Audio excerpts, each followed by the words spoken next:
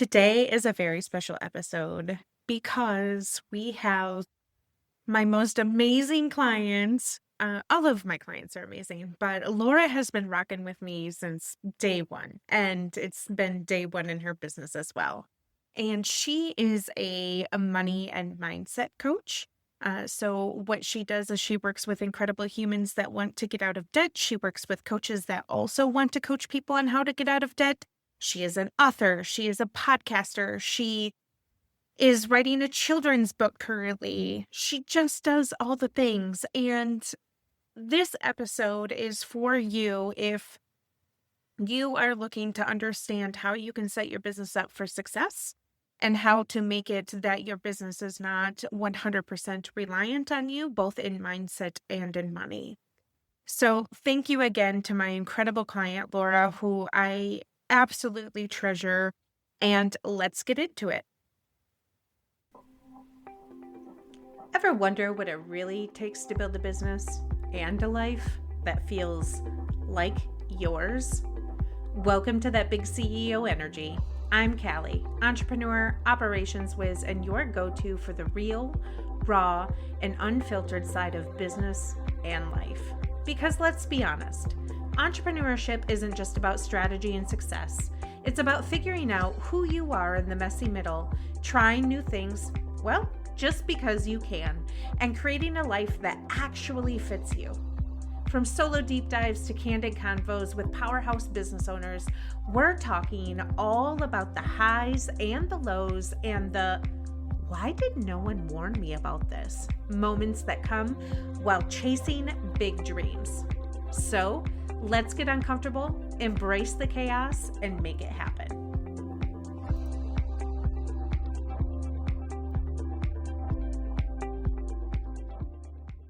Welcome, Laura Sexton, to the Hi. show. Oh, listen, it's been long overdue, and I don't understand why, but here we are. For those of you that don't know, Laura is my incredible client, and we have been rocking, I think, since I started my business, no? Yes, right at the beginning. Right at the It was the beginning. beginning of mine too. So we've grown together. We've grown together. We're like the OG. It's amazing. Well, thank you for taking time out of your busy schedule. She just had baby number 5, little Opal, sweet Petunia. My gosh, I just can't. I can't. She's got 5 kids, and she is a full-blown entrepreneur, author, podcaster, all the things. And so one of the topics that we were floating around was on this mindset piece of your finances. You know, when you're in business, it's scary. It's something that as a woman entrepreneur, we think about day in and day out. I don't know about you, but sometimes 3 a.m. strikes and I'm like, am I going to make enough money this month? And so when I asked Laura to get on the podcast, I had it with the intent that we would go a little bit deeper on this subject. I find that Laura is amazing at understanding not only just finances, but also how that affects us as women in business, as moms, as, leaders, co-leaders of our family sometimes. And so what I want to do first is just kind of give everybody a short synopsis on how you've landed where you are and your motive behind starting your business, and then we'll get into it. Very cool. I'm thrilled to be here. Very excited. I listen to the podcast, Stop it. and so it's going to be weird to be on the podcast now. So thank you for having me. I started as a financial coach accidentally when my husband and I had just had our second child. No, I started coaching after we had our second child, but when we had our first child, she was 2 months old. That's where the two came from. She was 2 months old and it had been the worst night possible. She had not slept. I think her longest stretch of sleep was maybe 15 minutes. Ooh. And I was rage bouncing on the yoga ball around 2 o'clock, like, early o'clock in the morning. My husband gets up and he starts getting ready for work. and he takes a shower and he makes himself breakfast. And I'm just angry trying to get this baby to sleep because I'm tired and I'm frustrated and she will not stop screaming. And he's just going about his morning. And he came up to me and he said, "Hey, hon, when I get home from work today, we can talk about filing bankruptcy." And he kissed me on the cheek and he left. And I was confused and devastated and already frustrated. So, but I know enough about my husband at this point to realize that if he says something out loud, he's been ruminating on it for months. Mm. And so this was not something that he said lightly. And it was something that I needed to actually consider. So I put the baby somewhere safe. I said, "You know what? You just need to lay down over here by yourself. And I need to figure out life." And I called my mom and I was freaking out. I was like, "I don't even know anybody that's ever filed bankruptcy before." Just angry.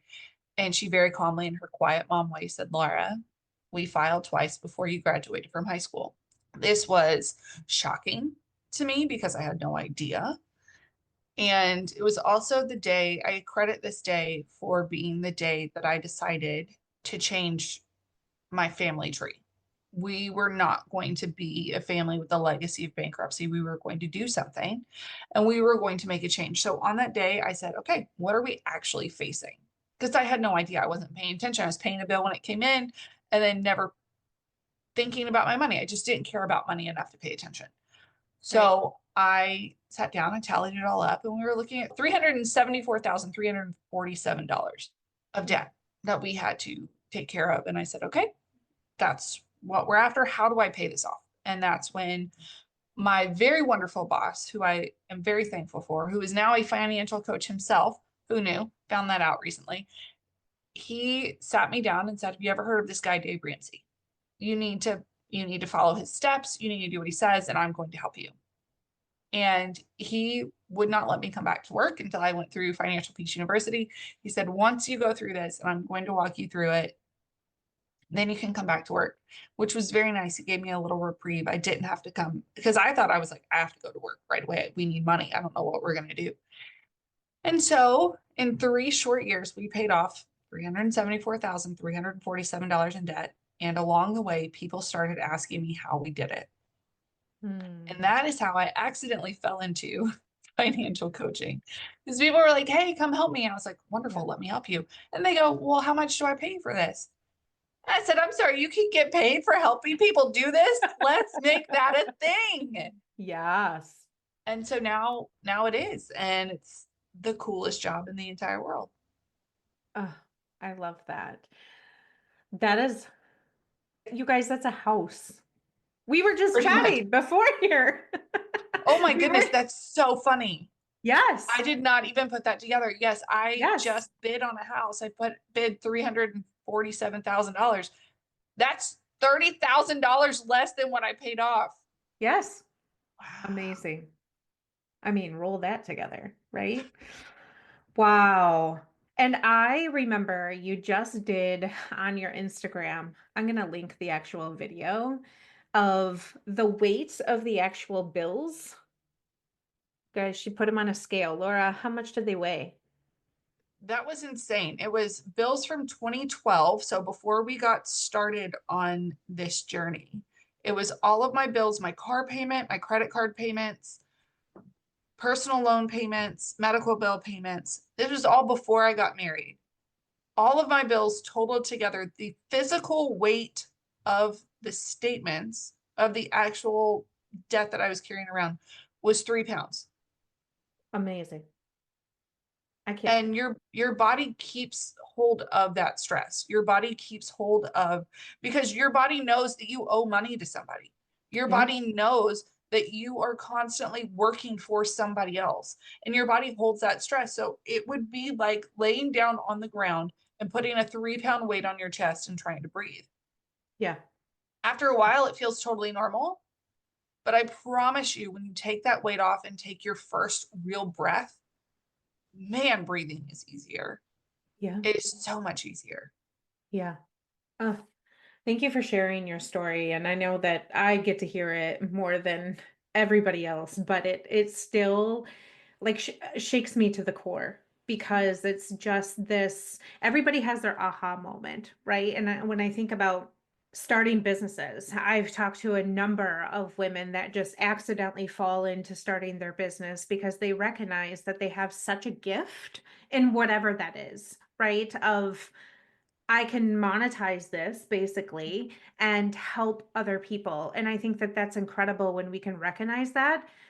But we also have to recognize that there is work that comes behind that, and that there is some mindset work that needs to happen. And I remember when, and I've told this story 1,000 times, but I remember when I was leaving corporate and my first 2 years in business. You've been with me the entire thing, so I'm sure you can see the evolution of, I had to physically get rid of my corporate clothing in order for me to understand that, like, I'm not going to go back to an office. I'm not giving myself an option to lose out on the gifts that God has given me to be able to help other people. And I Right. think that when we look at it in terms of money, when we start ruminating on the dollar signs and focusing that that's the only thing, yes, everybody has bills to pay, right? And not everybody has a support system. And sometimes we start businesses because we have to, because there's no other option. And so I know that when you are building your business, and we talk about this sometimes in our calls of, we struggle a little bit on our mindset and just kind of feeling like we're not progressing as fast as we quote unquote should be. So can you talk a little bit about, your first couple of years on sort of the mindset that you had to wrap yourself around to understand that you're going from, oh, wow, like I'm helping people. This is going to be really fun. And then reality hits. What happens there? Well, the hardest part of starting a business is you see what the outcome could be and how much money you could be making. And you're like, why am I not making that right now? Why have I Mm, not started bringing in 6 figures a month? I don't understand. Because especially for me, I coach on personal finance and I walk around looking going 80% of the people around me are living paycheck to paycheck. How am I not bringing in, 8 out of 10 people that I talk to as clients? They should all want me. But the truth of the matter is with our businesses, it's not the field of dreams. It's not if you build it, they will come. And so we have to remember that we do not grow overnight. It is a step-by-step system. And one of the things when we fall into business specifically, we need to put into place for ourselves is we need a goal. And it's not just a number goal. It has to be these are the people I want to serve kind of goal. Because if you do it that way, if you come in going, I need to hit a certain dollar amount, the only thing you're focused on is the dollar and you're not focused on the people that you're serving. So if you can have the idea of, I want to serve this many people, I want to make this many changes in people's lives. If that's what you're focused on, the dollar amount will follow. So we have to have a goal. A dollar amount's okay. If you say I need to make $60,000, that means I need to affect this many people's lives. That's okay. yeah. But you have to look at it holistically, not just dollars and cents. And I think you also need, when you're starting out your business, you also need a pricing strategy Mm, from the beginning. What do you want it to look like? So you can go into any conversation, especially a sales conversation, you can go in confidently. Because if you're wishy-washy on your numbers, and you're like, well, I don't know, people are going to sense that and they're going to get uncomfortable and they're not going to buy from you. If you make somebody uncomfortable, they don't want to work with you. So having a goal, having a pricing strategy, and then having those systems in place to follow up. And if you don't have systems in place, you can call Callie. Callie can help you put all of the systems in place. That is what she does for me. She makes my life so much better. This is not a commercial, but it's true. Having those mm, things makes everything easier. So we mhm. can just focus on serving the person. You serve the person well, and they're going to give you certificates of appreciation with presidents' faces on it, AKA money. Yeah. And I think that sometimes we forget to look at it holistically like that. Like it is a whole system, it is a whole thing. And it's not just a hobby. If you treat it like a hobby, you're going to get paid like a hobby. You got to treat it like Mm, a business. say that again. I stole this from somebody. If you treat it like a hobby, you'll get paid like a hobby. So you have to treat it like a business. Amen. Amen. I mean, we could shut down the episode right now. I'm like, that's that. That's that. No, for real. I love, and that's one of the reasons why I love having you on here is because you from day one. I think every conversation that we have is not about, I need to make X amount of dollars. Yes, we have those conversations because those are equally important. Mhm. But like you said, it follows up with that means I need X amount of people. Yes. And it's not just Joe Schmuckatelli off the street. It is legit people that show up in your atmosphere that want to change their lives, that literally have the come to Jesus moment like you did, where you're like, okay, I need help. And I think it's okay to ask for help. And I think sometimes when we are in the throes of our business, it's hard to look at it from a 500-foot view and say, okay, like what do I actually need?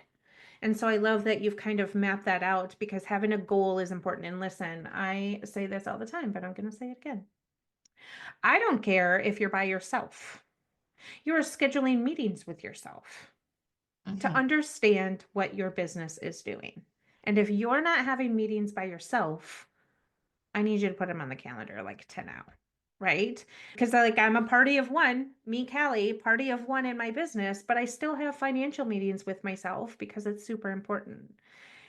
When you and your husband were walking through debt and you started to realize that, like, this is actually happening and I'm going somewhere with this, everyone, Mhm. and you were doing the snowball, right? And little bit after little bit, you were like, oh, momentum is brewing. When you think about that and translate that into your business, and now you can look back sort of on day one as opposed to today. Is that euphoria the same type of thing? Do you think? The momentum, you mean? Yeah. Yeah. I haven't actually sat back and equated the two before. But I think when we got closer and closer and closer to actually hitting that goal and knowing that we were going to get there, that feeling of peace that came at the end of it, it's really undescribable. Being able to say that I went from drowning in nearly $400,000 in debt to saying that I was completely autonomous and I didn't owe anything to anybody.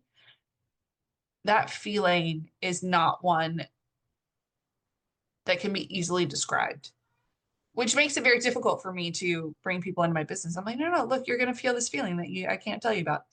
But when it comes to business, when I hit those goals, I recently had a groundbreaking month where January 6th, I hit my best month ever in business, which was fabulous. It's January 6th. Like I was 6 days into the year and I was like, I finally broke the ceiling. And I was so humbled and so joyful in that one month, like that one day. I was able to be more present with my family. I was able to be just, I said, okay, I'm going to take a step back from business. I've done it today and I can take a step back and just enjoy the people around me in a different way. So I think in that sense, yes, it is the same. When you hit that big dream or that big goal that you've been striving after, my record breaking month was, nearly 4 years in. But I finally got to that number that I was just like, I really want to get there. I really want to get there. And to get there so early in the month, so early in the year was fabulous and just made the rest of the month go so much better. So, yeah, I mean, it's hard to equate the two because one was so exponential. But now I want to give myself an exponential goal so I can achieve it, so I can feel the same way. That sounds great. Let's do that. Let's do that, Laura says. Let's do that. I think one of the things that I really love about you and the way that you've set up your business is even when you're not hitting like the goal for the month, there is so much joy that you have in doing all of the other little things, all of the other little projects that we have going on. And you're able to pivot and focus on finding joy in those things and not really worrying about the dollar amount. And I think that that's super important to just sort of bring to the surface too of how can we get to the point of when we're not hitting our goals, right? Financially, when we do see the bank account take a hit, what's kind of bubbling up for you in those moments that allows you to be able to pivot to this place of joy that you have? Well, one of the best things that I've done is I've set my business up to be completely debt free. So if I don't make money, it doesn't hurt anybody else, right? I'm not struggling. I don't have to make money. I don't have to make the sale in order to pay somebody that's going to be breathing down my neck if I don't bring the money in. So that's one thing that makes it very easy. If I don't make money, I'm okay. I've also from the very beginning set myself up so that my business has reserve cash that if I have a month where I don't make money, I can still pay my bills. Right. So even though I don't have any debt payments, I do still have other things that other services that I utilize that I have to pay for. So I have to make sure that I have enough money to pay Callie, to pay for my, whatever other services that I have. And I have that money sitting in a reserve account so that it's covered and taken care of. By setting myself up in these two ways, I've given myself peace in uncertain times. So I highly recommend any business owner, if you're not already doing this, set up for yourself cash reserves. And it's not just, okay, this is my emergency fund to cover me in case of, something bad happening. You need an emergency fund, but you also need money in the reserves for future development for your business. So it's a twofold situation. I want to make sure that the first thing you do as a business owner is set money aside as an emergency fund. So again, if you have an off month where you don't make enough to cover your bills, there's money there to do that. That's going to give you some peace of mind. The second thing you need to do if you're a business that owes debt, you need to work on paying that off. Because once you get into a position in your business where you owe nothing to no one, you are going to set yourself up for exponential growth because the only one that's counting on you now is you. Mhm. And that means you are the one that gets all of the benefits. You are the one, you and your family get 100% of the benefit and the proceeds from your business. That hits different. When I'm able to say, okay, this month, my cash reserves are full and I bring money in, I'm going to set money aside for taxes because I'm not dumb. And, and then all of the rest of the money comes in. So I hit a $5,000 month. I'm able to pay myself $4,000. That's insane. Like who is able to take home that's 80% of your business right there. I brought home 80% of my gross revenue. Who gets to do that? Well, people that are smart about the systems they put in place, have paid off all of their debt so they don't have any payments that they're making. I mean, it's a good feeling. And I want Yeah. more women in business to have that feeling because the more you have that feeling, the more you want to do what you're doing, the more people you can serve, and the greater impact you can have on the world. And isn't that what we're all after? Yeah. And I think it allows to, everybody chases after freedom, right? We start businesses because we want to feel free. And a lot of what I hear is I want time freedom and I Mhm. also want money freedom. But the money freedom in our society currently is given by working as much time as you possibly can.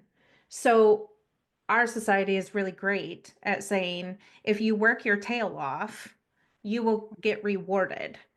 And here Laura's saying we're going to work smarter and not harder, which allows for time freedom. I mean, this is how she gets to run a business with 5 children. Now 5. I love saying 5. You got like a whole hand of humans and I love it. Oh, I Um, love that. you run a business with 5 children. I don't want to say with no stress because businesses and families are stressful, but there's never a day that Laura shows up in my atmosphere where she's like, Okay, I want to give up. I don't know how. I think you've had one day our whole entire time together, and that was like 2 days after you had a baby. And I'm like, yeah, it's just lack of sleep. It's fine. She'll come back better than ever. And ta-da, here you are, back Here better I than am. ever. So I think it's important to remember that like everybody, I don't think there's a single person in business that can show up authentically and be like, yeah, no, business is great all the time. 99% of the time, I'm just feeling really lovely. That's not real life. That's not real life. But I love the way that you have orchestrated your business. And I didn't know this, everybody, that this is how she has set up her business financially, that it functions almost without you being present, right? It's like if crap goes wild for a month, you're like, oh, okay, it's okay because I've put Mhm. systems in place where it's totally fine. I can operate my business for 4 months without making an income. I wouldn't want that. I Right, wouldn't wish that on anyone. right, But if I were to need to take 4 months off so that I could take care of a sick child or something like that, I can. And I yeah, don't have to close my doors. right. I mean, she's a crazy person, had a baby, and she's back to work 2 weeks later, but it's It's fine. it's true. But I did that because I love my job so much. Right, I right. didn't do it because I had to. And people were asking me, they're like, "Are you sure you want to come back to work? Are you sure?" I was like, "Yeah, I love my people. I love my clients. I want to be back to work. I want." And while I was away, I had to work very hard to not work. It was, I had to be very strategic about it. And I was like, "All right, Callie, I'm going to give you my email and I'm going to, step away." But you know what? Because I have such a good relationship with my clients, they weren't hounding me. They weren't calling me and asking questions. I set my business up to work around my life, not my life around my business. And I think that is the freedom that we're all searching for. Laura, what are some tactical ways that we can make sure that when we are approaching our business, that we're not feeling like no matter what we do, it's just not going to work?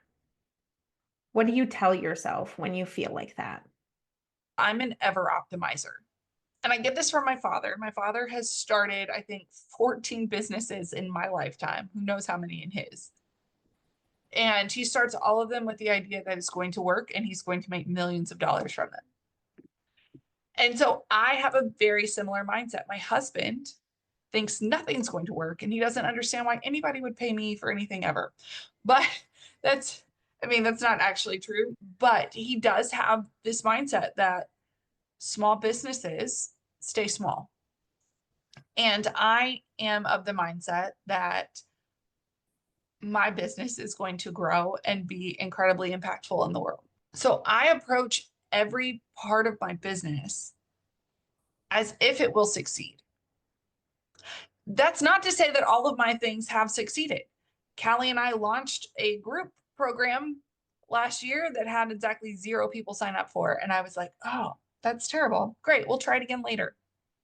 And that was legitimately my attitude. I was like, okay, we'll do it again, maybe next time. And we just had somebody circle back around and say, hey, that membership that you started, can I get in on that? And I was like, oh, sure. That one. Sounds great. Can you start next month? And they said, yeah, I can start on the 1st. And I said, cool. So I have until May 1st to figure that out. The cool thing about how I have set my business up is if it doesn't work, that's okay. We get to try the next thing that will. Mhm.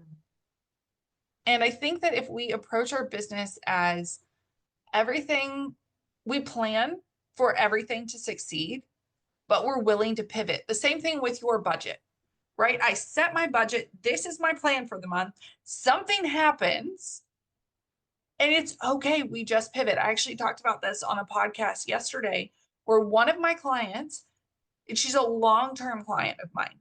And it is because she has been around for so long that she was able to do this, where she is a crafter and she went to a craft show and she bought more things. So she went to a craft fair, bought more fabric than she had intended to buy, And she came home and was like, okay, that was $200 more than what I was supposed to spend at this craft fair. What am I going to do? And she sat down with her budget and she pivoted. She took some money out of her miscellaneous fund. She took some money out of her spending fund. And she said, well, I don't need to do a car repair this month. So I'm going to move that money over. And she adjusted her budget to fit this purchase that she had made.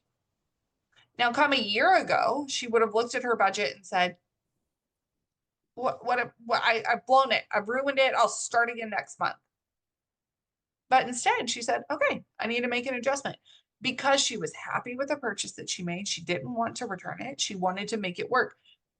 I think the same thing is true with our business. If you want to make it work, you will find a way to make it work. But if you come in and you're doom and gloom all the time and it's never going to work, yours, your spirit animal, it's going to be really tough for you in business. If everything is negative, that's why you need to put people in your corner. You need to have a Callie in your corner that you can like come sit down and pray with, right? Like I've had days where I come to you and I'm like, this didn't work. What are we going to do?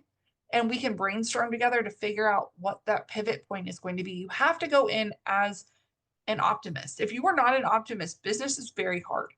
Yeah. I unfortunately am an over optimizer. So I dream big.